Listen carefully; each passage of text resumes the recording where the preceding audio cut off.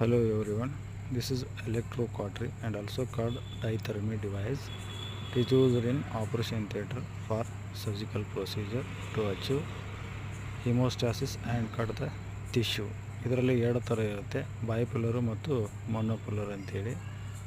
ಮೊನೊಪುಲರು ಆ ಟಿಶ್ಯೂವನ್ನು ಕಟ್ ಮಾಡಲಿಕ್ಕೆ ಮತ್ತು ಹಿಮೋಸ್ಟಾಸಿಸ್ ಅಚೀವ್ ಮಾಡಲಿಕ್ಕೆ ಯೂಸ್ ಮಾಡ್ತಾರೆ. Cutting yellow colour, blue colour haemostasis achieve ಮಾಡಲಿಕ್ಕೆ ಅಂದರೆ ಕೊಯಾಗುಲೇಷನು.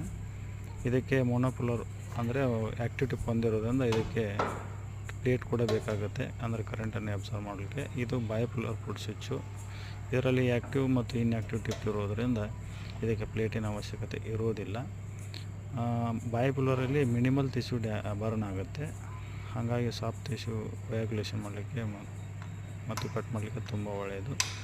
ಮೊನೊಪುಲರಲ್ಲಿ ಸ್ವಲ್ಪ ಜಾಸ್ತಿ ಟಿಶ್ಯೂ ಬರ್ನ್ ಆಗೋದ್ರಿಂದ ಹಾರ್ಡ್ ಟಿಶ್ಯೂನ ಕಟ್ ಮಾಡಲಿಕ್ಕೆ ಮತ್ತು ಬ್ಲೀಡಿಂಗನ್ನು ಸ್ಟಾಪ್ ಮಾಡಲಿಕ್ಕೆ ತುಂಬ ಒಳ್ಳೆಯದು. ಇದರಲ್ಲಿ ನೀವು ಹೆಚ್ಚು ಮತ್ತು ಕಡಿಮೆಯನ್ನು ಮಾಡ್ಕೋಬೋದು, ಅದು ಸರ್ಜನ್ಸ್ ಮೇಲೆ ಡಿಪೆಂಡ್ ಆಗಿರುತ್ತೆ. ನಾರ್ಮಲಾಗಿ 4.5 to 5.5 ಇಡ್ತಾರೆ ಕಟ್ಟಿಂಗ್